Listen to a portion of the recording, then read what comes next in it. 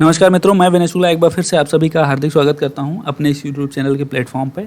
और आज हमारा जो टॉपिक है वो टॉपिक है एक्सचेंज रेट रिस्क। ठीक है, ये छोटा सा टॉपिक है, यूजीसी नेट जेआरएफ के फाइनेंशियल मैनेजमेंट के सिलेबस में ये दिया हुआ है कि एक्सचेंज रेट रिस्क क्या होता है। ये क्वेश्चन इससे एक आध बार पूछा गया है, तो इग्नोर नहीं करना है, इसको अपने को पढ़ना है। ठीक है, एक्सचेंज रेट रिस्क का मतलब क्या होता है, यहाँ पे नीचे लिखा हुआ है, हम लोग थोड़ा पढ़ लेते हैं। Exchange rate risk also known as currency risk, ठीक है, is the financial risk arising from the fluctuation in the value of base currency against the foreign currency। ठीक है, कि हमारी डोमेस्टिक करेंसी की, ठीक है, और फॉरेन करेंसी के, ठीक है, डोमेस्टिक करेंसी में या फिर फॉरेन करेंसी के इन जो रेट्स में जो फ्लक्चुएशन आते हैं, उस फ्लक्चुएशंस की वजह से जो रिस्क अराइज होती है उसको क्या बोला जाता है, एक्सचेंज रेट रिस्क।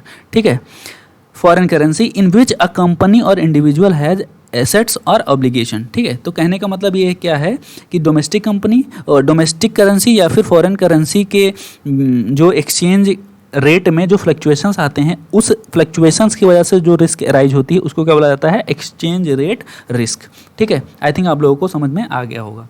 दूसरी चीज़, types of exchange rate risk के बारे में अगर हम बात करते हैं तो यहाँ पे जो क्वेश्चंस पुट अप होते हैं ये तीन तरीके के रिस्क होते हैं। पहला क्या होता है, ट्रांजैक्शन रिस्क, दूसरा होता है ट्रांसलेशन रिस्क, और तीसरा होता है इकोनॉमिक रिस्क। ठीक है, अब तीनों को अपने को बारी बारी से पढ़ना है कि ये तीनों चीज़ें होती क्या है, यही तीनों से जो है क्वेश्चन पुट अप होता है। ठीक है, पहली हम रिस्क के बारे में बात करते हैं, ट्रांजैक्शन रिस्क क्या होता है।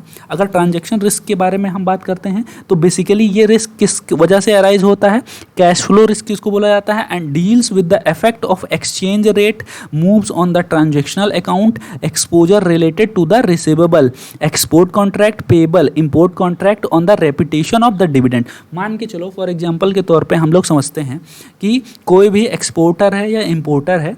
अगर बात करते हैं एक्सपोर्टर की, तो उसने कोई चीज़ एक्सपोर्ट किया है, आज उन्होंने जो है एक्सपोर्ट किया, उसका जो एक्सचेंज का रेट है इस समय वो कोई दूसरा था। ठीक है, अब बाद में अगर पैसा पे करने का जब जो वो आया, टाइम आया, हो सकता है 2-3 दिन बाद जो है पेमेंट हो, तो वहाँ पे क्या होगा, जो फॉरेन करेंसी होती है, मान के चलिए डॉलर इनके कंपैरिजन में रुपए की जो कीमत होती है वो दिन प्रतिदिन आप देखते होंगे कि घटता बढ़ता है। ठीक है, तो उस वजह से जो रिस्क अराइज होती है, अब मान के चलिए कि जो है डॉलर की वैल्यू कम थी तो उन्होंने एक्सपोर्ट किया, अब बात के चलिए कुछ दिन बाद, 2-3 दिन बाद जो है डॉलर की कीमत जो है बढ़ गई, तो वहाँ पे क्या होगा कि उसके वजह से जो फ्लक्चुएशंस आए एक्सचेंज रेट में, उस वजह से जो रिस्क अराइज हुई उसको क्या बोला जाता है, ट्रांजैक्शन रिस्क। ठीक है, तो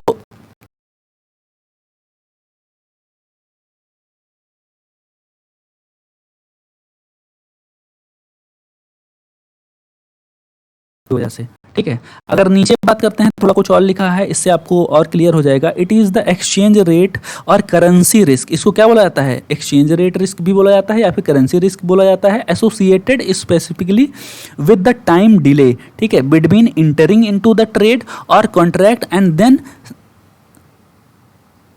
सेटिंग इट। ठीक है, सेटलिंग इट। ठीक है, कहने का मतलब ये है कि ये करेंसी रिस्क भी इसको बोला जाता है, और किस वजह से होता है कि जो टाइम का जो डिफरेंस है, मान के चलिए कि आज जो है कोई डेट है, यहाँ पे हमने जो है कॉन्ट्रैक्ट किया, ठीक है, और उस कॉन्ट्रैक्ट को इंड किया हम लोगों ने, उसका जो पेमेंट हुआ वो 3 दिन बाद हुआ, आफ्टर 3 डेज। ठीक है, तो क्या होगा, इन 3 दिनों में जो करेंसी का जो वैल्यू है, जो फॉरेन करेंसी या फिर डोमेस्टिक करेंसी की जो वैल्यू है वो ऊपर भी हो सकती है या नीचे भी हो सकती है। तो इसके बीच में जो टाइम का जो गैप है, इस टाइम गैप की वजह से जो रिस्क अराइज हुई उसको क्या बोला जाता है, उसको बोला जाता है ट्रांजैक्शन रिस्क। ठीक है, ड्यू टू टाइम डिले। ठीक है, आई थिंक आप लोगों को थोड़ा समझ में आ गया होगा, क्लियर होगा। ठीक है, अगर दूसरे टाइप ऑफ रिस्क के बारे में बात करते हैं तो दूसरा रिस्क क्या होता है, ट्रांसलेशन रिस्क। अब ट्रांसलेशन रिस्क को क्या बोला जाता है, बेसिकली ये क्या होता है, ये balance sheet exchange rate risk and relate exchange rate moves to the valuation of the foreign subsidiary and in turn to the consolidation of the foreign subsidiary to the parent company balance sheet. अब ठीक है, अब बात अगर इसको हम करते हैं, फॉर एग्जाम्पल के तौर पर हम देखते हैं, ठीक है, फॉर एग्जाम्पल के तौर पे हम देखते हैं, ठीक है, कोई कंपनी है एक्स लिमिटेड, ठीक है, ठीक है, ये एक्स लिमिटेड ये इंडिया में है, ठीक है, और इसकी एक जो है सब्सिडरी है, कहाँ पे, वो मान के चलिए कि लंदन में है। ठीक है, ठीक है, तो जो लंदन की जो सब्सिडरी है इसकी, ये सब्सिडरी यहाँ पे भेजेगी अपने क्या, बैलेंस शीट या बुक्स ऑफ अकाउंट ये जब भेजेगी यहाँ पे, तो यहाँ पे जो वैल्यूएशन हुआ होगा वो तो डॉलर में हुआ होगा, ठीक है। और यहाँ पे जो उसके बाद में जब यहाँ पे भेजेगी वो, यहाँ पे जो कंसोलिडेटेड बैलेंस शीट बनेगा, कंसोलिडेटेड जो बैलेंस शीट बनेगा, ठीक है, यहाँ पे तो बनेगा जो है वो रुपीज़ में, ठीक है, उस वैल्यूएशन रुपीज़ में होगा। तो इन इसके बीच में और इसके बीच में जो है कुछ डिफरेंसेस आएंगे, ठीक है, ठीक है। तो ये डिफरेंसेस जो हैं वो बैलेंस शीट की वजह से जो है अराइज होगा, ठीक है। तो इसको क्या बोला जाता है, इसीलिए इसको वाला क्या बोला जाता है, balance sheet exchange rate risk, ठीक है। तो ये जो डिफरेंस आएगा इसको क्या बोला जाएगा, ट्रांसलेशन रिस्क, ठीक है। आई थिंक आप लोगों को समझ में आ गया होगा कि ये जो ट्रांसलेशन रिस्क होता है वो किस वजह से अराइज होता है, वो बैलेंस शीट एक्सचेंज रेट की वजह से जो है अराइज होता है। क्यों? क्योंकि जो है कोई भी कंपनी है अगर उसकी फॉरेन सब्सिडरी है, ठीक है, तो वहाँ पे जो बुक्स ऑफ अकाउंट बनेंगे वो बुक्स ऑफ अकाउंट अगर यहाँ पे भेजा जाएगा मेन जो है पेरेंट कंपनी के पास में, तो पेरेंट कंपनी अपने यहाँ बुक्स ऑफ अकाउंट मेंटेन करेगी और वो बुक्स ऑफ अकाउंट जो है डोमेस्टिक करेंसी में जो है मेंटेन किया जाएगा, रुपीज़ में मेंटेन किया जाएगा और यहाँ पे डॉलर में मेंटेन किया गया होगा, ठीक है। तो जो ये कन्वर्जन होगा, इस कन्वर्जन की वजह से जो रिस्क अराइज होगी उसको क्या बोला जाएगा, ट्रांसलेशन रिस्क, ठीक है। इसका दूसरा नाम क्या है, बैलेंस शीट रिस्क भी बोला जाता है, ठीक है। तीसरी टाइप ऑफ रिस्क क्या होती है, इकोनॉमिक रिस्क। इकोनॉमिक रिस्क की अगर हम बात करते हैं तो ये किस वजह से रिफ्लेक्ट होती है, basically the risk to the firms parent present value of future operating cash flows from the exchange rate movement. Economic risk is also known as forecast risk, is the risk that a company market value is impacted by unavoidable exposure to the exchange rate fluctuations. Such a type of risk is usually created by macroeconomic conditions such as geopolitical instability or the government regulation. मान के चलिए ये economic risk इसलिए arise होता है, ठीक है, क्यों?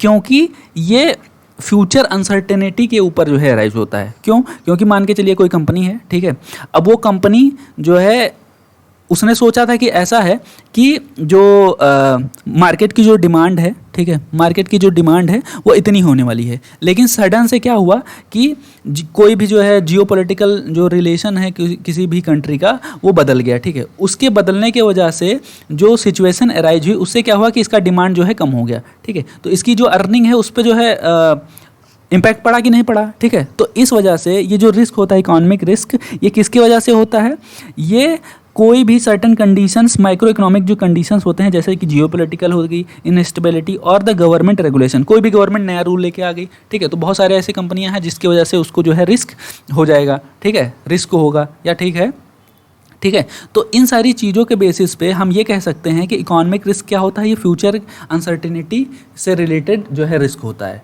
ठीक है, जो कि अराइज होता है किसके वजह से, कोई भी कंडीशन हो सकता है, पॉलिटिकल इनस्टेबिलिटी हो सकता है, गवर्नमेंट के रूल्स एंड रेगुलेशन की वजह से हो सकता है, किसी भी कारण से जो है रिस्क अराइज हो सकती है, ठीक है।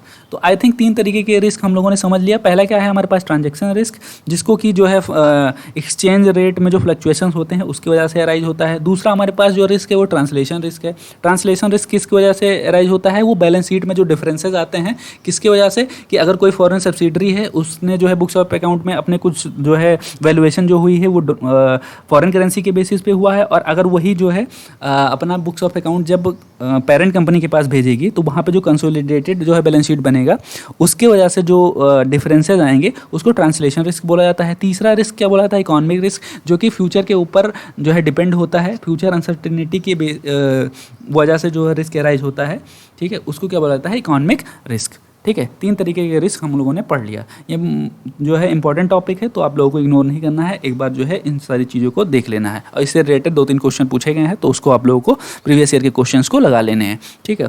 आई थिंक आप लोगों को जो है समझ में आ गया होगा। मैं उम्मीद करता हूँ कि आप लोगों को इस वीडियो से जो है हेल्प मिली होगी, और अगर आपको लगता है कि इस वीडियो की वजह से आपको जो है कुछ मदद मिल रही है तो आप इस चैनल को सब्सक्राइब कर सकते हैं और लोगों में, अपने दोस्तों में, अपने जो है फ्रेंड सर्किल में जो है इसको शेयर कर सकते हैं। Thank you.